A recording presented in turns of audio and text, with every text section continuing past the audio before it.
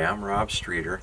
I'm the author of The Greats of Adirondack Fly Fishing, and this is part of a video series of the flies from the book. These are historic patterns that I discovered during my research, and we are out in North Carolina on a farm. We've got chicken and other noises, so that's pretty cool. These are not cheap sound effects, and I hope you enjoy this video series. I'll have information at the end on how to buy the book, and we would appreciate it if you like the video and subscribe to the channel.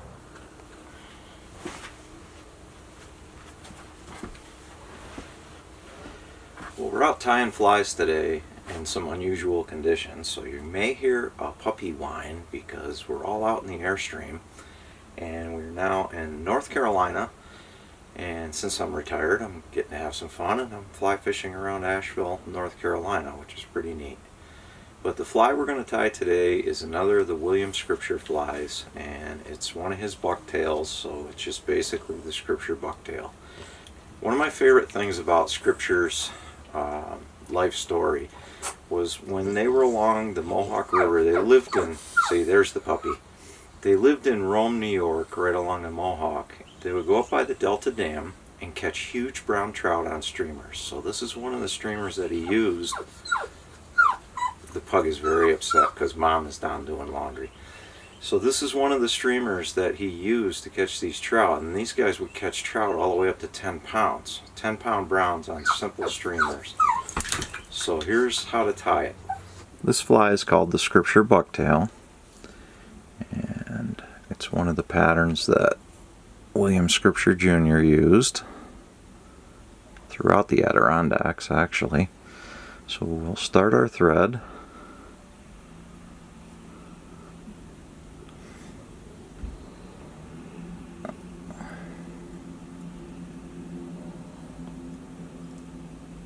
Bring it down to the back.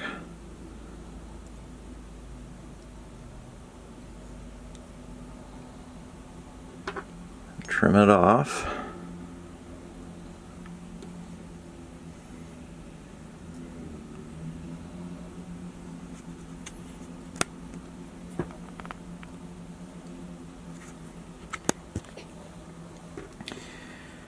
He used a little bunch of red yarn for a tail, so we're going to tie that in.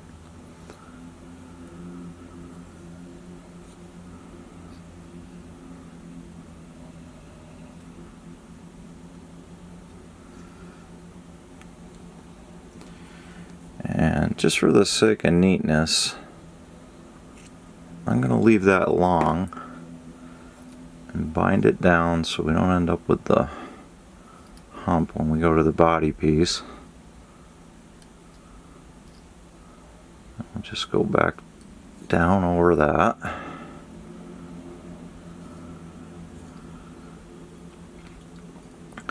Now, I'm not totally sure that's how he would have tied it. He might have just left it that way, because William Scripture Jr. tied all his flies without a vise, which I'm not even going to attempt. But he tied them all by holding the hook in his left hand. The next thing I'm going to tie in is a piece of silver tinsel for the rib. Get that tied in. So again, we're out in our camper, so you're very likely going to hear other noises. I can hear the little pug in the back snoring away, so she must be sleeping. So this one uses yellow bucktail, or not yellow bucktail, it uses yellow yarn. We'll tie that in, snip that off, and bring our thread forward.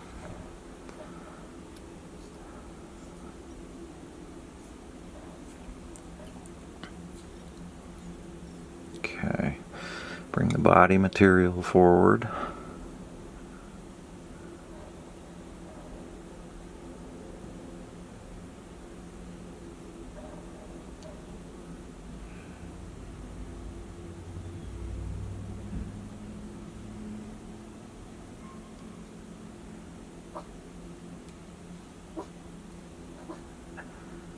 Pug is getting grumpy with our neighbors. I'll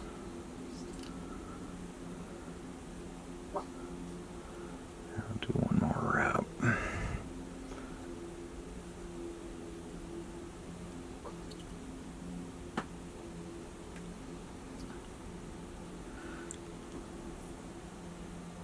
And we'll trim that off.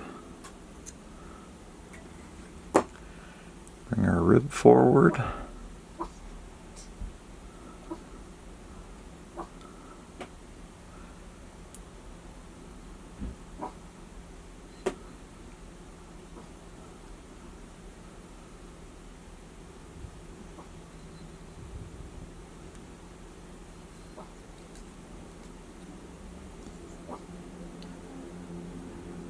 Tie that off. And we'll trim it.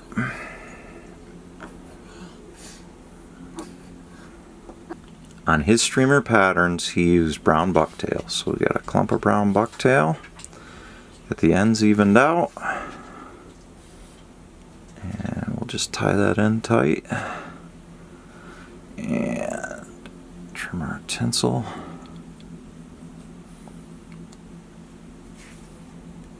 And we'll just take this and trim it at an angle back this way. Get the other little pieces.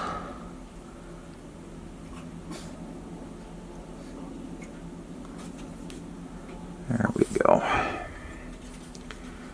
And we'll tie that down.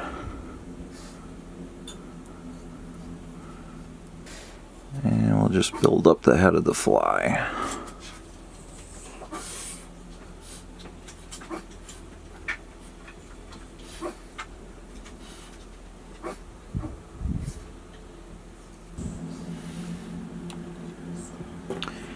And we'll whip finish. Got a guy out mowing the lawn apparently.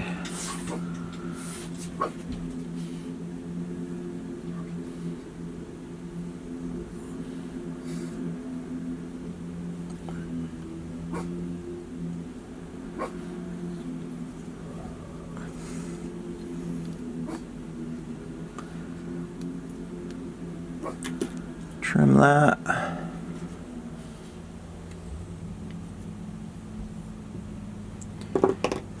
Glue it down.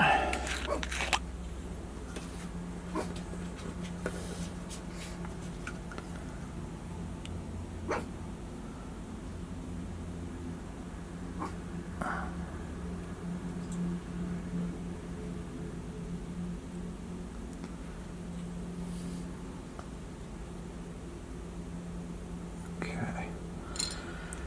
And that's it. That's the scripture bucktail. Now the colors are interesting. So the tail has got the red on it, which is like a bait fish that's been bitten in the tail, which salmonids do that a lot. And the belly is yellow, and I'm guessing he made it yellow because it looks like a small brown trout. And that's it. It's a classical Adirondack pattern that's probably over 100 years old and still catches fish today.